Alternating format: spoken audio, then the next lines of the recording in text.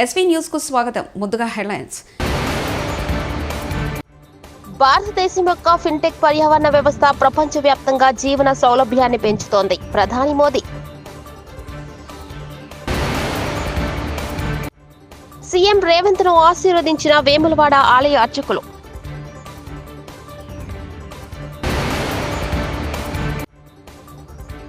బీజేపీలో బీఆర్ఎస్ విలీనం అంశంపై కేంద్ర మంత్రి బండి సంజయ్ స్పందన. విశాఖలో విద్యా ఐటీ శాఖల మంత్రి నారా లోకేష్ బడిబాట ఆకస్మిక తనిఖీలు. జెడ్పీహెచ్ఎస్ భీమిలి.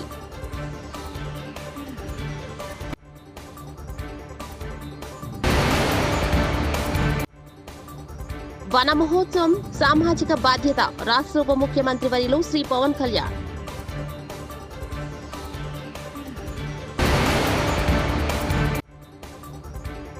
తుపాకీతో బెదిరించి దోపిడీలు చేస్తున్న ముఠా అరెస్ట్.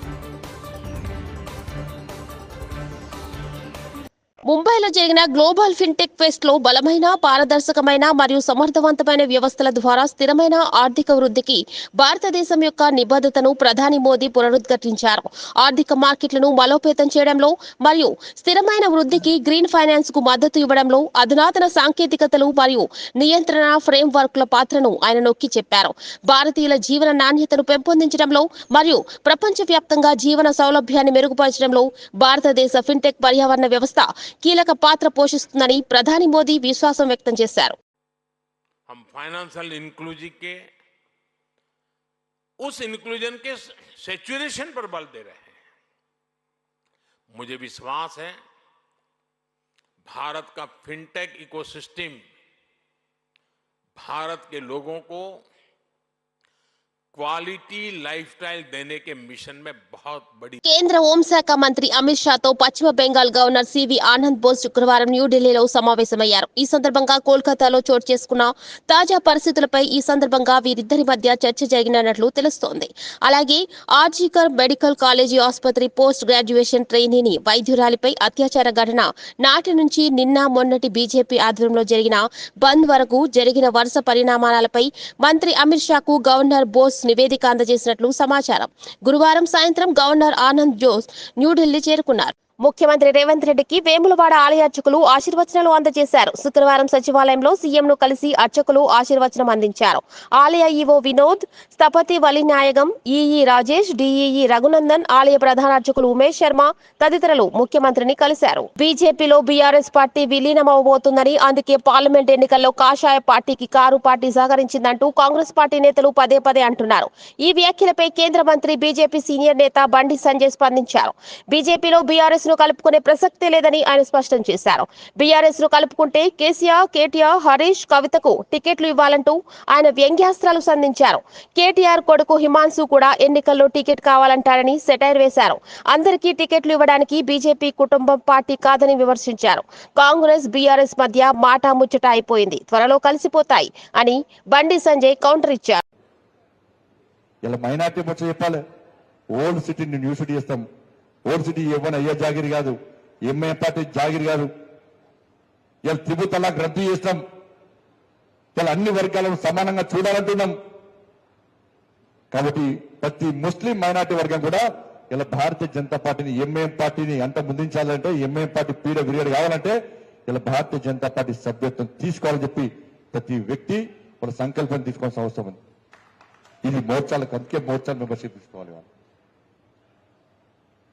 బట్ ఈ గతంలో చూడండి, ఇలా భారతీయ జనతా పార్టీ ఇద్దరే ఎంపీలు, అనేక మంది హేళన చేశారు భారతీయ జనతా పార్టీ. అరే ఇద్దరు ఎంపీలున్న భారతీయ జనతా పార్టీ, జనసంఘ, ఈ భారతీయ జనతా పార్టీ ఈ దేశంలో ఎట్లా అధికారంలోకి వస్తుంది? భారతీయ జనతా పార్టీ వీళ్ళు మాటలు చెప్పినప్పుడు ఏం లేదు చెప్పారు. ఒక్కసారి ఆలోచించండి, వాళ్ళ మనం వాస్తవాలు ఆలోచించాలి. వాళ్ళ ఈ దేశంలో జనసంఘ్ లేకుంటే, జనతా పార్టీ లేకుంటే, భారతీయ జనతా పార్టీ దేశంలో ఆవిర్భించకుంటే, ఇలా 3 ముక్కలు చేసిన దేశాన్ని కాంగ్రెస్ పార్టీ ఈ రోజు దేశాన్ని 7 ముక్కలు చేసి ఎటు కాకుండా చేసే దౌర్భాగ్య పరిస్థితి ఈ దేశంలో నెలకొని ఉండేది ఇలా భారతీయ జనతా పార్టీ లేకుంటే. అందుకే నరేంద్ర మోడీ ప్రభుత్వం ఒక లక్ష్యం కోసం ఇలా దీన్ దయాళ్ ఉపాధ్యాయ ఆరోగ్యం ఆశించిన వాళ్ళు ఈ దేశం రక్షింపబడాలంటే, నా తల్లి భారత మాతను రక్షించుకోవాలంటే అణ్వస్త్రాలు తయారు కావాలి, అణ్వస్త్రాలను తయారు చేసుకోవాలని చెప్పి పండిత్ దీన్ దయాళ్ ఉపాధ్యాయ ఆశించింది కాబట్టి పండిత్ దీన్ దయాళ్ ఉపాధ్యాయ ఆశ నెరవేర్చడానికే అటల్ బిహారీ వాజ్పేయి గారి నేతృత్వంలోని భారతీయ జనతా పార్టీ ప్రభుత్వం అణ్వస్త్రాలను తయారు చేసిన విషయాన్ని ఒక్కసారి మనం గుర్తుంచుకోవాలి. అరే 370 ఆర్టికల్ రద్దు చేయడం కోసం 370 ఆర్టికల్ రద్దు చేయడం కోసం నా శ్యామా ప్రసాద్ ముఖర్జీ వన మహోత్సవం సామాజిక బాధ్యత రాష్ట్ర ఉప ముఖ్యమంత్రి వర్యులు శ్రీ పవన్ కళ్యాణ్ బాధ్యతగా తీసుకోవాలని మనస్ఫూర్తిగా అభ్యర్థిస్తున్నాను. పర్యావరణ సమతుల్యత కోసం పచ్చదనాన్ని పెంచాలి అనేది ఎన్డీఏ కూటమి ప్రభుత్వ లక్ష్యం. 29% ఉన్న పచ్చదనం 50% తీసుకెళ్లాలి లక్ష్యంగా పనిచేస్తున్నాం. ఈ వన మహోత్సవ కార్యక్రమంలో మరొక ముఖ్య విషయం, వృక్ష జాతుల ఎంపిక చాలా కీలకం. అవి స్వదేశీ వృక్ష జాతులను ఎంపిక చేసుకోవటం చాలా అవసరం. స్థానిక వృక్ష జాతులు నాటడం ద్వారా జీవ వైవిధ్యాన్ని, నేల ఆరోగ్యాన్ని మరియు పర్యావరణం మరియు మానవ ఆరోగ్యాన్ని కాపాడిన వాళ్ళు అవుతాం. అందుకే దేశవాళీ చెట్లు పెంచడం చాలా అవసరం. మన దేశ భూ వాతావరణ జీవ వైవిధ్యాన్ని ముప్పు కలిగించే అన్య దేశ జాతుల్ని నాటడం మనందరం మానుకోవాలి. చూడటానికి మొక్క ఆకర్షణీయంగా ఉంది, మొక్క నాటితే ఏపుగా పెరిగిపోతుంది, నిర్వహణ ఖర్చులు అని చెప్పి ఎవెన్యూ ప్లాంటేషన్ పేరు మీద గత దశాబ్ద కాలంలో అన్య దేశ వృక్ష జాతులైన కోనాకార్పస్, ఏడాకుల పాల, మడగాస్కర్ ఆల్మండ్, ఆస్ట్రేలియా తుమ్మ లాంటి వృక్ష జాతుల్ని విరివిగా నాటేశాం. వీటి మూలంగా పర్యావరణానికి ప్రయోజనం కంటే కూడా ఆరోగ్యం మీద, భూగర్భ జల సంపద మీద చాలా తీవ్ర ప్రభావం చూపుతూ ఉంది. అందరూ ఆ ప్రాంత జీవ వైవిధ్యాన్ని పెంపొందించే స్వదేశీ జాతులను మాత్రమే నాటాలి అనేది ఏ దేశపు వృక్ష శాస్త్రజ్ఞుల్ని అడిగినా చెప్పే మాట ఇది. కానీ ఆ వాస్తవాన్ని విస్మరించి విదేశీయ మొక్కల మోసుతో రాష్ట్రమంతటా కోనాకార్పస్తో నింపేశారు. కోనాకార్పస్ అసలు మొదట పరిచయం చేసిన అరబ్ దేశాలే దాన్ని నిషేధించినాయి. ఎందుకంటే దాని దుష్ప్రభావాలు గుర్తించిన వెంటనే నిషేధించారు, తీసేశారు. మన దేశంలో తెలంగాణ, గుజరాత్, కర్ణాటక, అస్సాం ప్రభుత్వాలు కూడా వీటిని నిషేధించినాయి. ఈ కోనాకార్పస్ లాంటి విదేశీ వృక్ష జాతుల మూలంగా జరిగే అనర్థాలు చాలా ఉన్నాయి. అవి ముఖ్యంగా మన భూగర్భ జల సంపదను హరించి వేస్తాయి, శ్వాస సంబంధ ఆరోగ్య సమస్యలకి కారణమవుతున్నాయి.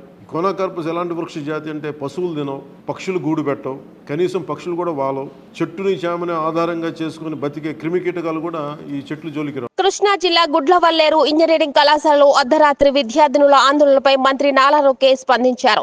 ట్విట్టర్ వేదికగా స్పందిస్తూ విద్యార్థినుల ఆందోళనపై అధికారులను అడిగి వివరాలు తెలుసుకున్నారని, హిడెన్ కెమెరాల ఆరోపణలపై విచారణకు ఆదేశించినట్లు తెలిపారు. విచారణలో తప్పు చేశారని తేలితే దోషులు, బాధ్యులపై కఠిన చర్యలు తప్పవని హెచ్చరించారు. ఇటువంటి ఘటనలు కాలేజీల్లో పునరావృతం కాకుండా చర్యలు తీసుకోవాలని ఉన్నతాధికారులకు ఆదేశాలు ఇచ్చానన్నారు. కళాశాలలో ర్యాగింగ్, వేధింపులు లేకుండా యాజమాన్యాలు ముందస్తు చర్యలు తీసుకోవాలని లోకేష్ ట్విట్టర్లో పేర్కొన్నారు.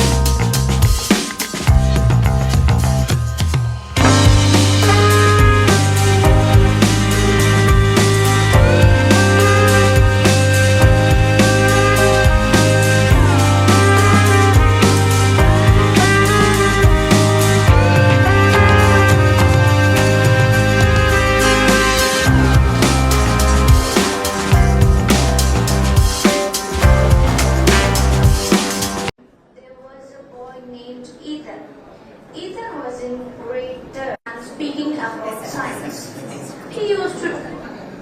Good morning, everyone. My name is Shamalika. I am studying 10th class at KCB.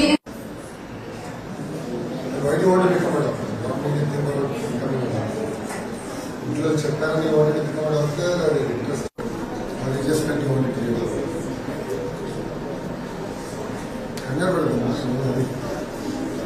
You just meant together? No, what is the goal? I think that was Jai Hind.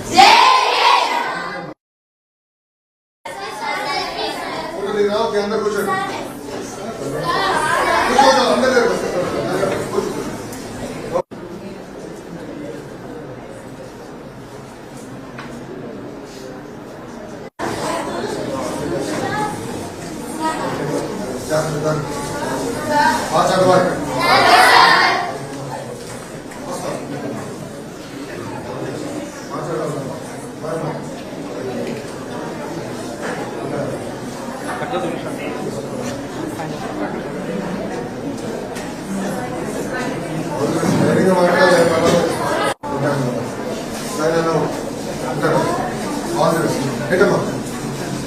I don't believe that. I have a 9-year-old boy who is in 4th class. I don't believe any labs, no devices. Computer lab, any doses are very good. So we will do a computer lab for sure. Okay, all the best. Bye. All the best. విశాఖపట్నంలో ప్రజా దర్బార్ నిర్వహించిన విద్యా IT శాఖల మంత్రి Nara Lokesh.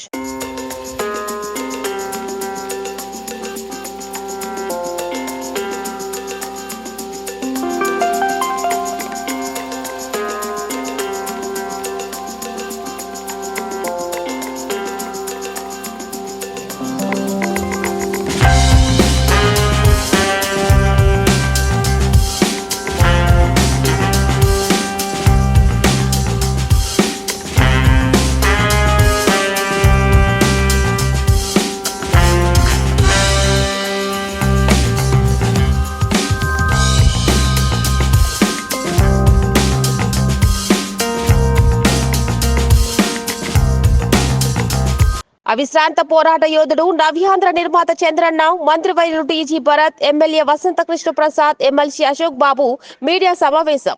Set చేస్తూ అవన్నీ కూడా fulfil చేయాలా, ఎస్పెషలీ సూపర్ 6 మనం ఫుల్ఫిల్ చేయాలని చెప్పి ఉద్దేశంతో ముందుకు పోతున్నారు చంద్రబాబు గారు. అందుకని ఈ మధ్య మనం అన్నా క్యాంటీన్లు కూడా స్టార్ట్ చేశాము. ఎంతమందిలో హ్యాపీనెస్ చూసినారు. బీదవాళ్ళకైతే 5 రూపాయలకి హ్యాపీగా మంచి క్వాలిటీ ఫుడ్. పెన్షన్ ఇప్పుడు మనం రివైజ్ చేసాం, 3,000 నుంచి 4,000కి ఇమీడియట్గా మన గవర్నమెంట్ ఫామ్ అయిన వెంటనే చెప్పడం జరిగింది. 4,000 ఇంప్లిమెంట్ చేసినాం.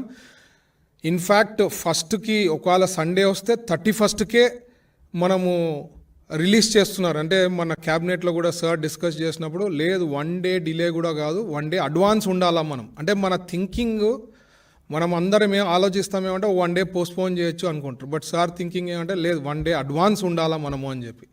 సో అట్లాంటి ఆలోచనతో హీ థింక్స్. అండ్ ఎస్పెషలీ అన్నా క్యాంటీన్ అనేది చెప్పే పనే లేదు. దాదాపు 4,000 ఒకవేళ పెన్షన్ వచ్చే వాళ్ళకి అన్నా క్యాంటీన్లో కానీ 3 times ఫుడ్ తిని 30 days హ్యాపీగా ఉన్నా అంటే మహా ఖర్చు అయ్యేది 450 రూపీస్ మ్యాక్సిమం టు మ్యాక్సిమం. మిగతాది ఇంకా డబ్బులు మిగిలించుకొని ఇంకా పనులు వేరే ఏమైనా చేసుకునేదానికి ఆస్కారం ఉంటుంది. సో ఇట్లా super 6 step by step complete చేసే దాంట్లో మనం ముందుకు వెళ్తున్నాం. ఇంకా మామూలే కదా, అపోజిషన్ వాళ్ళు ఏం చేశారు అవి చెప్తానే ఉంటారు. బట్ రియలిస్టిక్లీ వాళ్ళు ఏం చేశారు అనేది చూస్తే ఏమీ లేదు. అందుకనే అక్కడ వాళ్ళు అడిగారు అనమాట, చెన్నై సూపర్ కింగ్స్ లెక్క మాకు అనుకుంటే టీం తయారవుతుందని. అందుకనే వాళ్ళకి దేవుడు కూడా కరెక్ట్గా 11 members ఇచ్చారనమాట. కరెక్ట్ క్రికెట్ టీం ఎంత ఉందో అంత తయారైంది వాళ్ళకి. సో భారతదేశం యొక్క ఫిన్టెక్ పర్యావరణ వ్యవస్థ ప్రపంచవ్యాప్తంగా జీవన సౌలభ్యాన్ని పెంచుతోంది. ప్రధాని మోదీ. సీఎం రేవంత్ ను ఆశీర్వదించిన వేములవాడ ఆలయ అర్చకులు.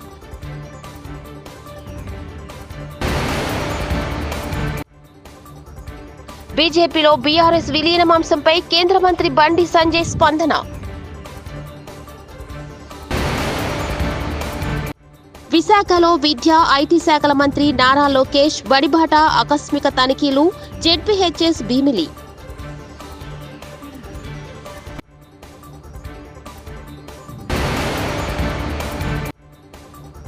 వన మహోత్సవం సామాజిక బాధ్యత.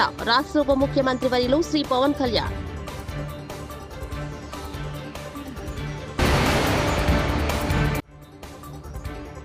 తుపాకీతో బెదిరించి దోపిడీలు చేస్తున్న ముఠా అరెస్ట్.